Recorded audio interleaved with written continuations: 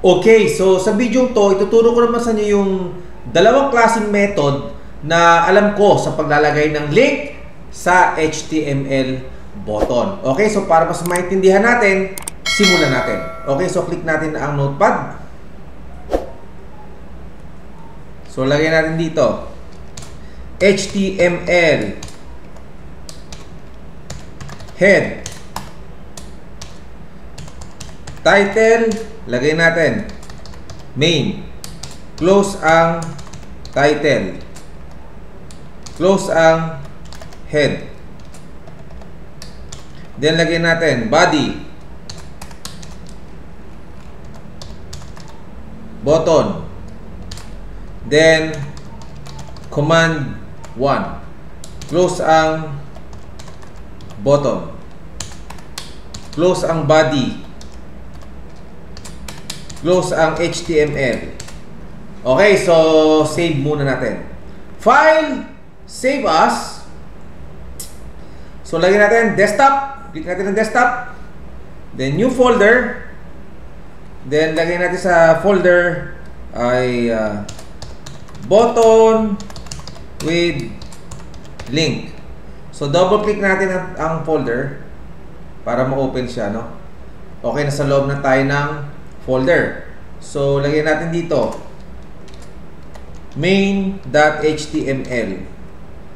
Okay, so save. Okay, so subukan natin. Okay, so ayan. Double click and double click.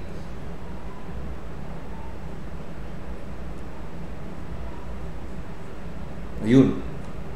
Okay, so magdagdag pa tayo ng isa. Okay, copy paste na lang natin.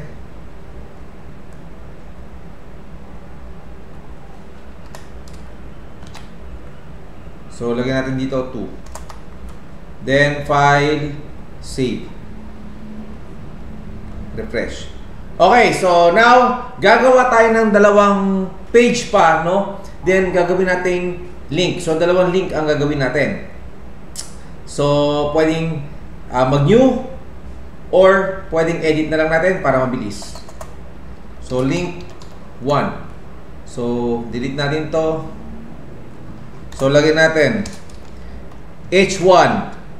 Then, lagyan natin you click command 1. So, close ang H1. Okay, so file, save as. So same folder pa rin. So lagyan naman natin dito link1.html, then save. Again, gagawa pa tayo ng isa pang link. Tulad na sinabi ko kanina, pwede tayo mag-new or pwedeng edit na lang para mabilis. Ayan. Yan. File, save as, link to .html. Okay. Then save. Okay, so tingnan muna natin, no? Okay, meron tayo dito tatlong page.